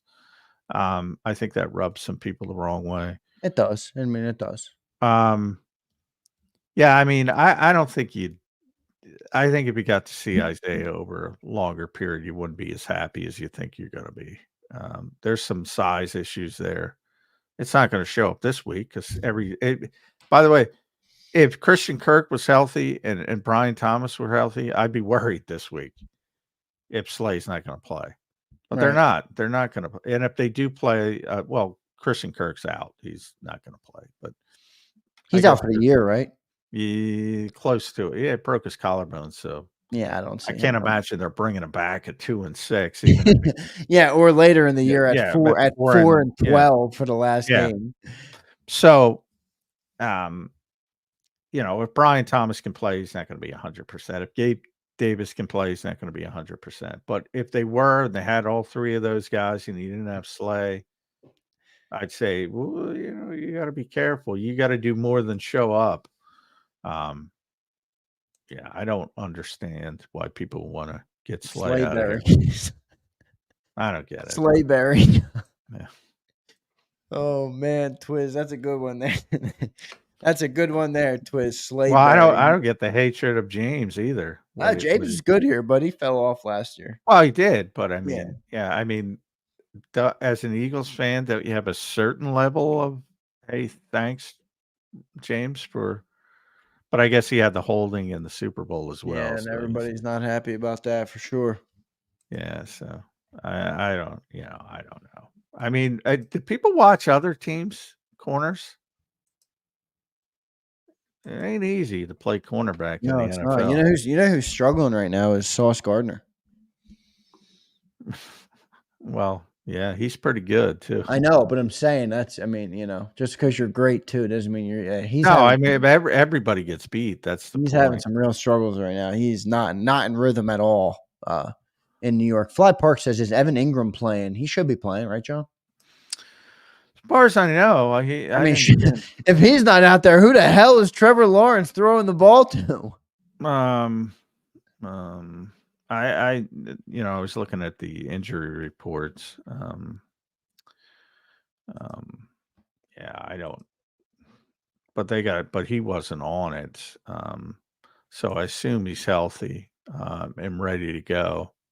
And maybe that is your biggest concern. But if you're worried about Evan Ingram, um, you probably got some issues on defense. And the Eagles are playing well on defense, which might be the biggest surprise of them all, to be honest. How good the defense has played.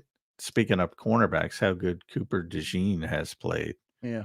In the You don't, slot. you don't think they're going to move him out of there, right? No. Like if Slay's out, No. that's not going to happen, right? No, maybe next year, but no, not now. Let's project ahead real quick. And I'll get your opinion. Like if you were running it, would you move DeJean outside? Right now? No. I'm not right now. Like long like term? in the future, yeah. It depends on how Ringo develops.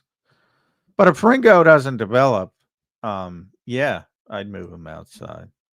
But my hope would be long term, it's going to be Mitchell and Ringo outside, DeJean inside. That would be even if DeJean's better than Ringo on the outside. Well, it becomes, DeJean is already shown he's a natural inside. So you're getting, he might be a little bit better than Ringo, but if it's close, then you're getting 3 good players on the field versus 2. So, because Ringo's not going to move inside at 6'2". No. So it's sort of like, getting your best 3 options on the field if he develops. Now, the guy's too handsy right now. That's why he doesn't play. That's why Rodgers is ahead of him. Because Ringo is susceptible to getting penalties down the field, tends to panic on deep balls and gets grabby when he shouldn't be. But he's got a ton of talent if he figures it out, which is a big if. But everyone loves Quignon, and I love Quignon. I think he's been a phenomenal rookie. He's number 40. I was just looking it up. Cornerback in the NFL graded right now. Slay's number 28. Yeah, so I don't get the Slay hatred, but here come the Mr. PFF comments after that rating, John. well, yeah, but then I say Cooper's 2, and I still don't. Who's that bullshit artist? I forget. I don't like the good PFF rankings. Who was that? Who in our chat? Yeah, Prince. Yeah, that's bullshit. They love it. They love the good PFF rankings. They don't. Was it Prince that said that? Prince? It might not have been you. I don't Sorry know. if it wasn't. I forget who said it. But I know Prince is the one who does. Whoever said it is a bullshit artist because they love it. They love the good ones. They just hate the bad ones. Or as Mike says correctly, people just want to be right. So they want their opinion validated. And if you think Slay can't play, yeah, you ain't getting your opinion validated. That's dumb. John, final thoughts on today. What's on the agenda for the Eagles today as you go? I'm sure you're headed down there to the NovaCare complex. Yeah, practice at 2:15. Locker room after. 8:00 at night. I'm exaggerating.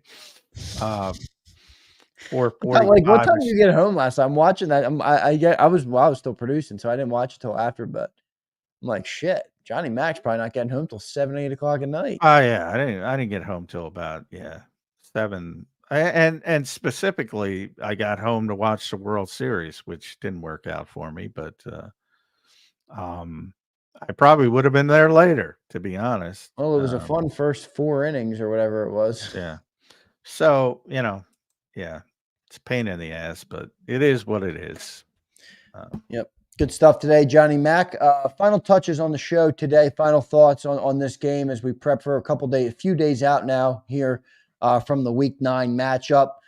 John, show up. Put that on a shirt. This much confidence from you on a win, and I don't know if ever. I mean, you're saying show up.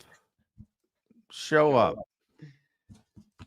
Now, a lot of people get fearful of, when you say, I'm like, well, I don't care, so it's easy for me. But yeah, show up. I can't picture a way they don't win this game.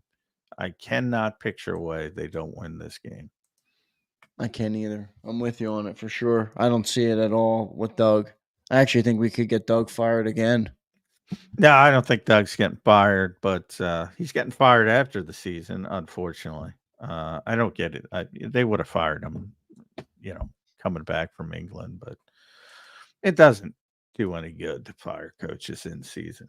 As you were saying with the New York Jets. It's not like you're talking about a great organization here. No, well, you're not a great. If you're firing guys in season, and the Eagles have done it once, and they're good, but they did it very late. Pat Shermer, 1 game as interim coach with Chip Kelly, but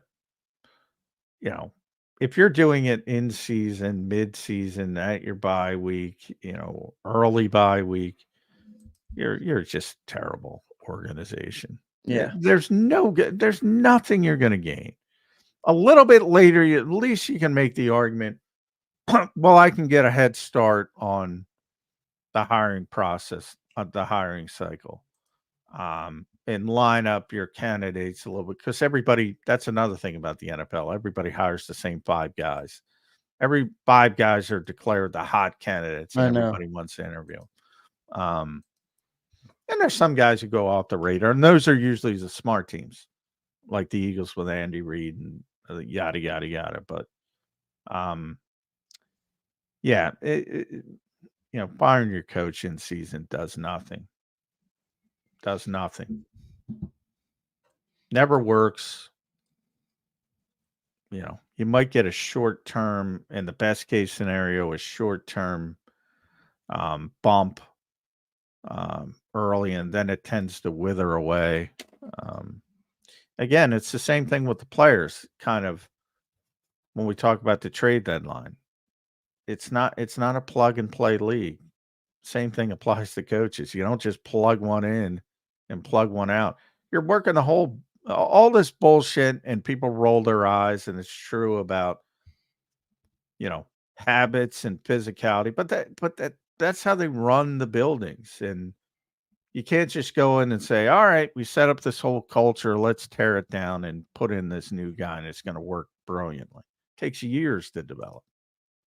Bad organizations. No doubt about it. Good show today, Johnny Mac. We got through it concussion free for you today. So good stuff there. John, get down there safely to NovaCare Complex, and we will talk to you tomorrow for the final preview show on Birds 365. Maybe a big passing week for the Eagles with this brutal passing defense they're going up against. We will see if Jalen can. Success takes what it takes. That's what I'm telling you and Celio. That's it. Takes what it takes. Takes what it takes. All right. I love it. Johnny Mac, good show, man. We'll catch you tomorrow. All right, brother? All right. Thanks, everybody. Thanks, everybody. Hit that like button on your way out. We appreciate you all being here. Great show as always. Thanks, everybody. Appreciate you guys. Hit that like button. We'll catch you tomorrow on Birds 365. You've been listening to Birds 365, the destination for the passionate Eagles football fan who bleeds green. If it's Eagles football, we're talking about it. Debate, inside the locker room, and guests that are some of the greatest football minds from around the region. We hope you enjoyed the show. We know we had a blast. Make sure to like, comment, and subscribe, and we'll be back soon. But in the meantime, hook up with us on social media at JAKIB Sports. See you next time on Birds 365.